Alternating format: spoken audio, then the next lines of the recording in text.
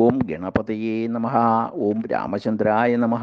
പ്രിയപ്പെട്ടവരെ, നമ്മളിന്ന് പരിശോധിക്കുന്നത് വാൽമീകി രാമായണത്തിൽ അയോധ്യാകാന്ഡത്തിലെ 116 സർഗമാണ്. ഭരതനും സംഘവും തിരിച്ചുപോയതിനു ശേഷം ചിത്രകൂടത്തിലുണ്ടായ സംഭവങ്ങളെ പറ്റിയാണ് ഈ സർഗത്തിൽ പ്രതിപാദിക്കുന്നത്. സമീപ ആശ്രമങ്ങളിൽ താമസിക്കുന്ന താപസന്മാർ ഉദ്വേഗത്തോടുകൂടി കഴിയുന്നു എന്ന് മനസ്സിലാക്കിയ രാമൻ അവരുടെ കുലപതിയോട് ചോദിച്ചു, ഭഗവൻ എന്തുകൊണ്ടാണ് ആ തപസ്സികളുടെ പെരുമാറ്റത്തിൽ ഒരു വല്ലായ്മ കാണുന്നത്?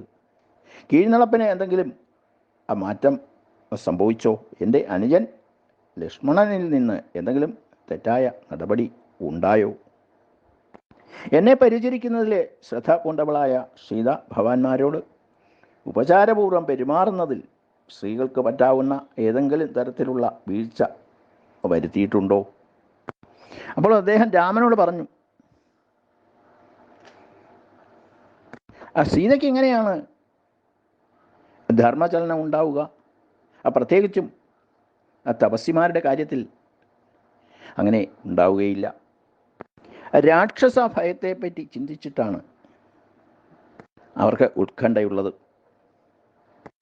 താമസന്മാരെ ഉന്മൂലനം ചെയ്യണം എന്നാഗ്രഹിച്ചുകൊണ്ട് ഖരൻ മുതലായ രാക്ഷസന്മാർ ഈ പ്രദേശത്ത് വന്നതായി മനസ്സിലാക്കുന്നു.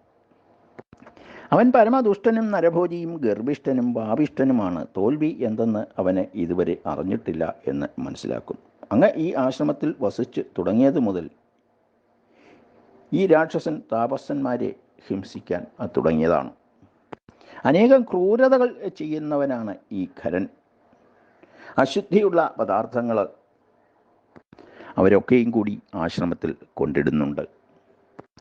താപസരെ നശിപ്പിക്കുന്നതിലെ ആഹ്ലാദം കാണുന്നവനാണ് ഖരൻ.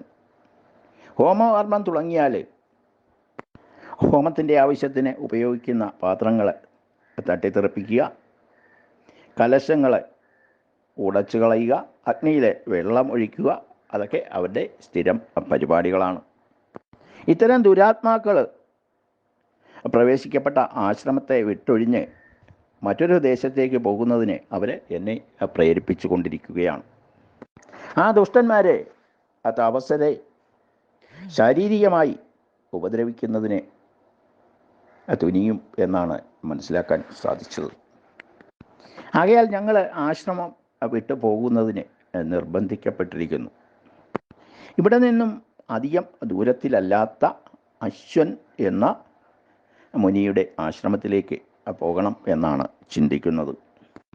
അശ്വൻ എന്നാൽ നാളെയെപ്പറ്റി ചിന്തിക്കാത്തവൻ എന്ന് ഒരു അർത്ഥം കൂടിയുണ്ട് എന്ന് മനസ്സിലാക്കേണ്ടതാണ്. അവിടെ ധാരാളം ഫലമൂലങ്ങൾ ഉള്ളതായി മനസ്സിലാക്കാൻ സാധിച്ചിട്ടുണ്ട്. ഖരനിൽ നിന്നും ഉപദ്രവം നേരിടാതിരിക്കുന്നതിന് വേണ്ടി അങ്ങയ്ക്കും താല്പര്യമുള്ള പക്ഷം ഞങ്ങളോടുകൂടി പുറപ്പെടാവുന്നതാണ്. അങ്ങ് ശക്തനും സമർത്ഥനും ആണെങ്കിലും സീതയോടുകൂടി വസിക്കുന്നത് മൂലം അനർത്ഥകരമായ എന്തെങ്കിലും പ്രശ്നങ്ങൾ ഉണ്ടായി എന്ന് വരാം. അദ്ദേഹവും കൂടെയുള്ള മഹർഷിമാരും രാമനെ അഭിനന്ദനം അറിയിച്ച് യാത്ര ചോദിച്ച് ആശ്രമം ഉപേക്ഷിച്ച് അശ്വത്ഥാശ്രമത്തിലേക്ക് പുറപ്പെട്ടു. യാത്രയ്ക്ക് തീരുമാനമെടുത്ത ഋഷിഗണത്തെ അല്പദൂരം അനുഗമിച്ചതിന് ശേഷം രാമൻ സ്വന്തം വാസസ്ഥലത്തേക്ക് തിരികെ വന്നു. അനുഷ്ഠാനങ്ങളിൽ ശ്രദ്ധയുള്ള താപസന്മാർ ശ്രീരാമനെ പറ്റി ചിന്തിച്ചുകൊണ്ട് യാത്ര പുറപ്പെട്ടു. ശ്രീരാമൻ ഉടനെ ആശ്രമം വിട്ട് പോകണ്ട എന്നുള്ള തീരുമാനത്തോടെ അവിടെ തങ്ങി എന്ന് പറഞ്ഞുകൊണ്ട് 116 സർഗം അവസാനിക്കുകയാണ്. ബാക്കി വിവരങ്ങൾ നമുക്ക് അടുത്ത സർഗത്തിൽ മനസ്സിലാക്കാം. ഓം രാമചന്ദ്രായ നമഃ. ഓം സീതാപതയേ നമഃ.